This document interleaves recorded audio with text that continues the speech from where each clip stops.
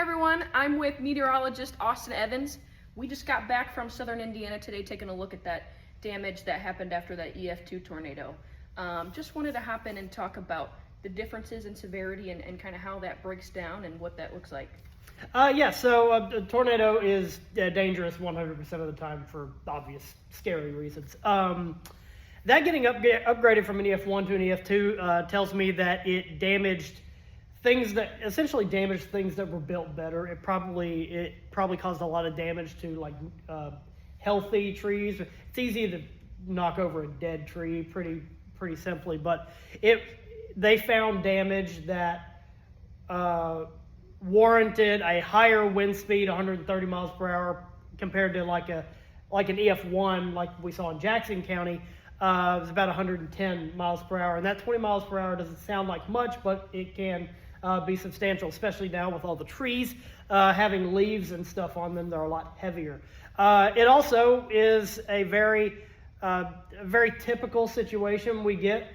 We usually get a lot of QLCS thunderstorm systems that move through here, squall lines, which usually have embedded, isolated tornadoes in them.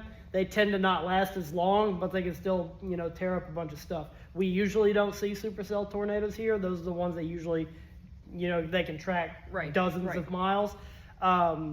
We get them every now and again, and they're very, very scary when they happen. But we usually see ones like what we saw earlier this week, and unfortunately what we could see Sunday night with another round of severe weather coming in. So an EF2 getting upgraded to an EF2 tells me that, there was higher wind speeds there. It was able to damage things that were built sturdier, and it also tells me that we just deal with these isolated embedded tornadoes just so often. They can happen almost anywhere. Right. So we've talked to the National Weather Service a lot over these past couple of days, and one thing they were surprised about as well is how long, or the length that this stretched, as you mentioned, to 20 miles or more.